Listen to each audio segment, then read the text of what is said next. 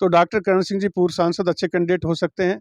हमारे नए युवा नेता हैं, मुंडावर से लोकसभा का विधानसभा का चुनाव अच्छे वोटों से जीते ललित यादव भाई, वो भी अच्छे कैंडिडेट हो सकते हैं। महिला की बात करें तो सुमन यादव भी अच्छी कैंडिडेट हो सकती हैं। अजीत भाई, आप कह रहे हैं कि भूपेंद्र यादव लगती हुई सीमा हरियाणा प्रदेश से आते हैं, दूसरे प्रदेश से आते हैं। डॉक्टर करण सिंह यादव भी तो अलवर जिले के नहीं है, ये भी बीकानेर से आते हैं। जनता ने जब डॉक्टर करण सिंह को एक्सेप्ट कर लिया तो भूपेंद्र यादव में ऐसी क्या कमियां हैं कि लोग उनको एक्सेप्ट नहीं कर पाएंगे? भारतीय जनता पार्टी ने अलवर से भूपेंद्र यादव को, कहा यह जाता है भूपेंद्र यादव के बारे में कि वो हिंदुस्तान की भारतीय जनता पार्टी के टॉप 5 लीडर में से एक हैं, उनको प्रत्याशी बनाया है। अजीत भाई, क्या कहेंगे भूपेंद्र जी के बारे में? वो चुनाव लड़ रहे हैं यहाँ से अलवर से, उनको प्रत्याशी बनाया भारतीय जनता पार्टी ने। भूपेंद्र यादव को भारतीय जनता पार्टी ने प्रत्याशी बनाया है, लेकिन अलवर लोकसभा क्षेत्र के अंदर कांग्रेस पार्टी बहुत मजबूत है और कांग्रेस पार्टी जिसको भी टिकट देगी यहाँ पर कांग्रेस का उम्मीदवार विजयी होगा। भूपेंद्र यादव जी का बड़े नेतृत्व दिल्ली हो सकते हैं, लेकिन अलवर की जनता के बीच में उनकी इतनी पैठ नहीं है और जनमानस का नेता नहीं है।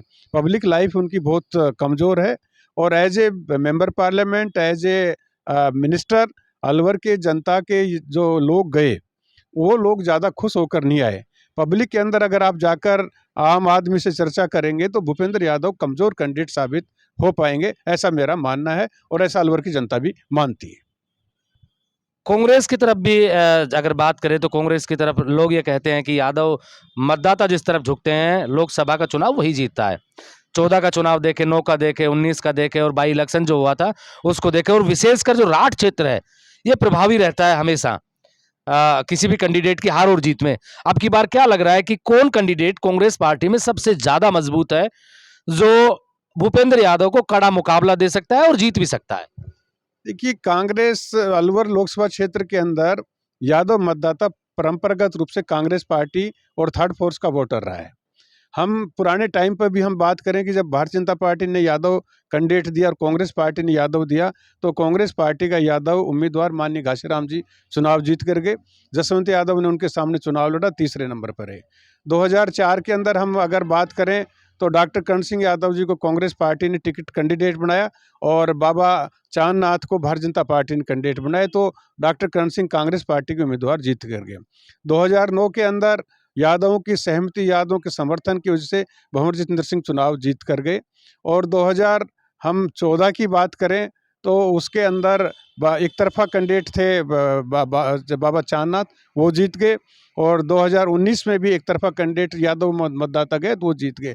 लेकिन बाई इलेक्शन 2018 का हुआ तो जसवंत यादव जी को पुनः भारतीय जनता पार्टी ने उम्मीदवार बनाया और कांग्रेस पार्टी ने डॉक्टर करण सिंह को बाई इलेक्शन के अंदर कैंडिडेट बनाया। तो जनता ने डॉक्टर करण सिंह जी को यादव मतदाता सहित दूसरे लोगों ने सबने वोट दिया तो डॉक्टर करण सिंह जीत गए। तो यहाँ का जो वोटर की मानसिकता है वो कांग्रेस के प्रति भावुक है, कांग्रेस के प्रति उनका मन रहता है और कांग्रेस समर्थित यहाँ का मतदाता है। तो यहाँ पर अगर कांग्रेस पार्टी का यादव उम्मीदवार आएगा तो निश्चित रूप से कांग्रेस पार्टी विजय श्री लेगी और लोकसभा में कांग्रेस का प्रतिनिधित्व हर हालत में पहुँचेगा। भूपेंद्र यादव जी ऊपर बड़े हो सकते हैं लेकिन अलवर के बीच में, जनता के बीच में बड़े नहीं हो सकते। इसमें एक उदाहरण मैं आपको मोटा मोटा देता हूँ। झुंझुनू हमारा समरवर्ती जिला है, वहाँ पर बिरला जी कैंडिडेट बना के भेजा दिल्ली से, और लेकिन वहाँ के एक आम कैंडिडेट था इंडिपेंडेंट, लोग उन जाट समुदाय से, चौधरी समुदाय से, किसान वर्ग से आता है, तो वहाँ की जनता ने बिरला जी को चुनाव हरा दिया और उस चौधरी समुदाय के नेता को लोकसभा में भेजने का काम किया। स्थितियाँ लोकतंत्र के अंदर, जनता के अंदर, जो जनता और पब्लिक से जुड़ा रहता है, आम लोगों से जुड़ा रहता है, जनता वोट उसको देती है। और भूपेंद्र यादव जी का पब्लिक रिलेशनशिप बहुत कमज़ोर रही है। राज्यसभा और संगठन के माध्यम से बड़े हो सकते हैं लेकिन अलवर की जनता के बीच में उनकी पैठ अभी इतनी बड़ी नहीं है। अजीत भाई, एक सवाल कि कांग्रेस में आपको कौन लगता है कि अगर 2-3 नामों पे विचार करें तो सबसे मजबूत उम्मीदवार कौन है? क्योंकि भंवर जितेंद्र सिंह कह चुके हैं कि वो चुनाव नहीं लड़ेंगे। उसके बाद में अगर ए, बी और सी की बात करें तो आपकी नज़र में सबसे मजबूत कैंडिडेट कौन है? देखिए, भंवर जितेंद्र सिंह अगर कैंडिडेट आते हैं तो निर्विवाद रूप से उनके नाम पर सबकी सहमति है। नहीं, उनको हटा दिया जाए उसके बाद बात करें। अगर उनको हटाते हैं तो डॉक्टर करण सिंह जी पूर्व सांसद अच्छे कैंडिडेट हो सकते हैं। हमारे नए युवा नेता हैं, मुंडावर से लोकसभा का विधानसभा का चुनाव अच्छे वोटों से जीते हैं, ललित यादव भाई, वो भी अच्छे कैंडिडेट हो सकते हैं। महिला की बात करें तो सुमन यादव भी अच्छी कैंडिडेट हो सकती हैं। पूर्व विधायक संदीप यादव भी अच्छे कैंडिडेट हो सकते हैं। तो जिनमें किसी को भी आएगा तो कांग्रेस पार्टी का विजय श्री उनके खाते में जाएगी। मैं एक सवाल कर रहा था कि जो राठ क्षेत्र है ये बहुत प्रभावी रहता है लोकसभा में। बीजेपी जब भी वहां से जीती है तब राठ क्षेत्र ने बहुत ज्यादा वोट किया है। पिछला जो चुनाव देखे 19 का, तो भी मुंडावर से और बहरोड से बाबा बालकनाथ बड़ी जीत लेके आए थे। आपको क्या लगता है कि कोई भी कैंडिडेट चलेगा कांग्रेस में, या फिर राठ क्षेत्र की तरफ से अगर कोई आता है तो वो ज्यादा प्रभावी रहेगा? देखिए, यादव कैंडिडेट के प्रति रुझान रहेगा। यादव कैंडिडेट राठ का हो, दूसरे क्षेत्र का हो, वो इशू नहीं रहेगा। अगर नहीं, दूसरा जो बीजेपी ने है उसने भी तो यादव उतार दिया। मैं इसलिए इस परिप्रेक्ष्य में बात कर रहा हूँ। आप भूपेंद्र यादव राठ के नहीं है। भूपेंद्र यादव समीपवर्ती हरियाणा राज्य से आते हैं। तो अलवर से कोई भी यादव कैंडिडेट आएगा तो वो चल पाएगा। उसके अंदर राठ गैर राठ की तो तब पैदा होती है जब यहाँ बीजेपी ने भी कोई राठ का कैंडिडेट दिया होता तो इस पर चर्चा होती। अब चूंकि भूपेंद्र यादव तो हरियाणा से संबंधित रखते हैं, अजमेर इनकी एजुकेशन हुई है, परिवार इनके पिता सर्विस करते थे, इनकी बहन की शादी भी अलवर में हुई है, लेकिन खुद तो बासिंदे तो वहाँ से हैं, तो ये तो माने नहीं जाएंगे। तो राठ का नहीं, पूरे यादव का कहीं का भी होगा माना जाएगा। अजीत भाई, आप कह रहे हैं कि भूपेंद्र यादव लगती हुई सीमा हरियाणा प्रदेश से आते हैं, दूसरे प्रदेश से आते हैं।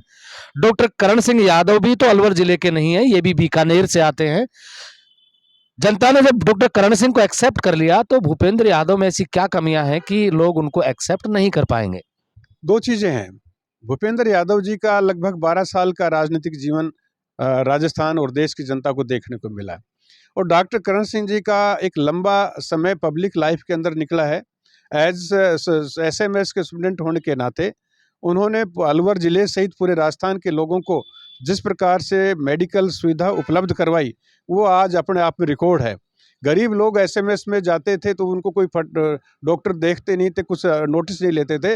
डॉक्टर करण सिंह के सुप्रिटेंडेंट रहते हुए उनके द्वार पर पहुंचने के बाद, उस ज़माने में दवाइयाँ बहुत महंगी थी, चिरंजीवी योजनाएं थी नहीं, मेडिकल रिलीफ नहीं मिल पाता था।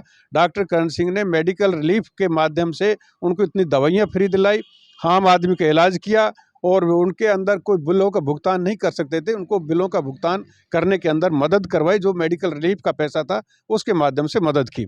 साथ ही साथ सामाजिक क्षेत्र के अंदर वो यादव समाज का अध्यक्ष भी थे, प्रदेश अध्यक्ष थे। तो समाज के अंदर कुरीतियों खत्म करने के लिए, समाज को एकजुट करने के लिए यादव समाज के प्लेटफार्म के माध्यम से अलवर जिले सहित पूरे राजस्थान में मूवमेंट किया। तो एक समाज सेवी की उनकी छवि थी।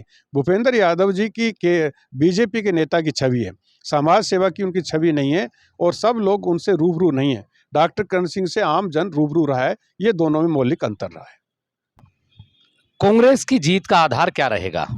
कांग्रेस की जीत का आधार ये रहेगा, पिछले गत विधानसभा के अंदर हम अलवर लोकसभा के अंदर 8 सीटें आती हैं, 5 पर हम शानदार जीत हमारी हुई है, और 3 सीटों पर हम बहुत मार्जिन वोटों से हम सेकंड नंबर पर हैं।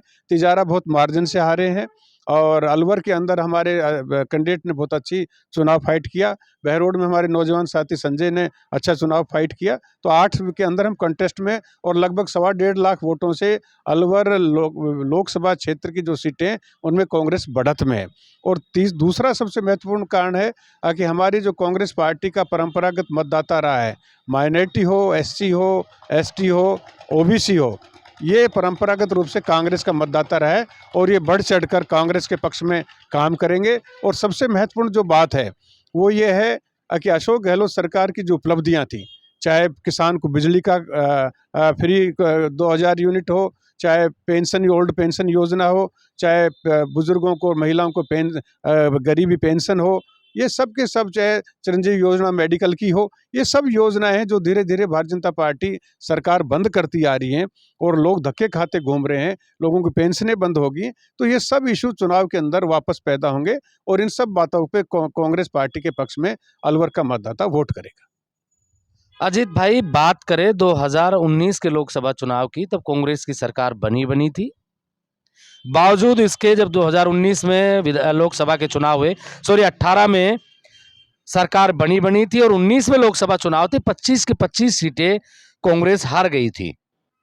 मोदी का जो फैक्टर है उससे किस तरीके से अलवर की कांग्रेस लड़ पाएगी? क्योंकि आपने सब चीजें बता दी, एससी बता दी, एसटी बता दी, माइनॉरिटी बता दी, ओबीसी बता दी, यादव बता दिए, मतलब आपने सब कुछ बता दिया, लेकिन इन सब के बीच में एक वोटर है जो मोदी का वोटर है, वो कहाँ जाएगा? देखिए, मोदी फैक्टर इस बार चुनाव में हवा बना रखी है, लेकिन बेरोजगारी बहुत भयंकर रूप से चल रही है। महंगाई सबसे बड़ा इशू है। नौजवान की कदर नहीं हो पा रही। महिलाओं पर अत्याचार भाजपा के राज में हो रहे हैं। पेपर लीक के नारा देकर ये राज के अंदर आए थे। अभी उत्तर प्रदेश के अंदर पेपर लीक को कर्मचारियों पर डाल दिया जाता है। तो ये सब इशू हैं, ये मोदी फैक्टर को कम करने का काम करेंगे।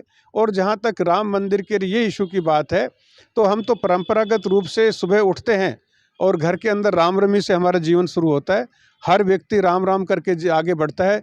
कोई सामने आते तो हम उसको राम राम करके आगे बढ़ते हैं। तो राम का इशू कहीं और हो सकता है, अलवर के अंदर राम का इशू नहीं होगा, क्योंकि हम खुद ही सब राम भक्त हैं और राम राम करके हमारा जीवन सबका आगे बढ़ता है। तो मोदी फैक्टर अलवर के अंदर काम नहीं करेगा। अलवर के अंदर काम करेगा अब बेरोजगार को रोजगार कितना मिला, महंगाई आम आदमी को कितनी महंगाई से राहत मिली, किसान को क्या उनकी बचत फसल का उचित मूल्य मिल पाया।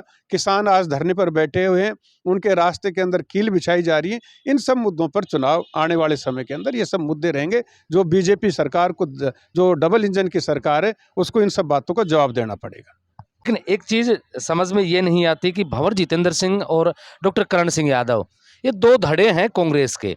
विधानसभा चुनाव में भी डॉक्टर करण सिंह का बयान आया था और कह रहे थे कि संजय यादव 10-15 हज़ार वोट लेंगे और उन्होंने कई तरीके की बात कही। क्या आपको लगता है कि अगर डॉक्टर करण सिंह यादव को टिकट नहीं मिलता है, ललित को टिकट मिलता है, संदीप को टिकट मिलता है, सुमन को टिकट मिलता है या आपको टिकट मिलता है, तो कांग्रेस एक जाजम पर बैठकर प्रचार और प्रसार करेगी या विधानसभा चुनाव की तरह कहीं आपस के अंदरूनी जो मतभेद हैं वो बाहर निकल कर आएंगे? मतभेद हर जगह पर रहते हैं, कहीं खुलकर बाहर आ जाते हैं, कहीं खुलकर नहीं आ पाते हैं। कांग्रेस पार्टी के अंदर डॉक्टर करण सिंह जी की व्यक्तिगत कई चीज़ें थी, जिन पर उन्होंने सोनिया जी के घर के बाहर धरना भी दिया, प्रदर्शनी भी किया और उन चीज़ों पर हमारे नौजवान साथी के बारे में भी टिप्पणी करी। लेकिन उस सब के बावजूद वापस कांग्रेस में आए और अलवर को छोड़कर उन सब जगह पर प्रचार प्रसार काम करने का काम किया। भंवर जितेंद्र सिंह जी अलवर जिले के जो शीर्ष नेतृत्व हैं, केंद्र की राजनीति में स्थापित हैं और उम्मीद करते हैं जिस कैंडिडेट को भी जिसे भी उम्मीदवार बना के भेजेंगे, तो उसके समर्थन के लिए पूरी कांग्रेस को एक जाजम पर बैठना पड़ेगा। और देश की जो हालात हैं, देश की जो अर्थव्यवस्था दिन प्रतिदिन खराब होती जा रही है, उन सब चीज़ों को देखते हुए राष्ट्रहित के अंदर अलवर जिले की कांग्रेस को एक मंच पर बैठकर एकजुट होकर कांग्रेस पार्टी के पक्ष में प्रचार करेंगे। और ऐसा पहले भी होता है, अब भी ऐसा ही रहेगा, एक मंच पर सब बैठेंगे। ये है कांग्रेस के वरिष्ठ नेता अजीत यादव। इन्होंने बताया कि बीजेपी क्यों हार सकती है, भूपेंद्र यादव अलवर से लोकसभा का चुनाव किस तरीके से हार सकते हैं और कांग्रेस कैसे जीत सकती है और कांग्रेस के कौन कौन मजबूत उम्मीदवार हो सकते हैं अलवर से। आप मेरे साथ देख रहे हैं ब्लैक एंड व्हाइट सच। मैं महेंद्र यादव। जय हिंद, जय भारत।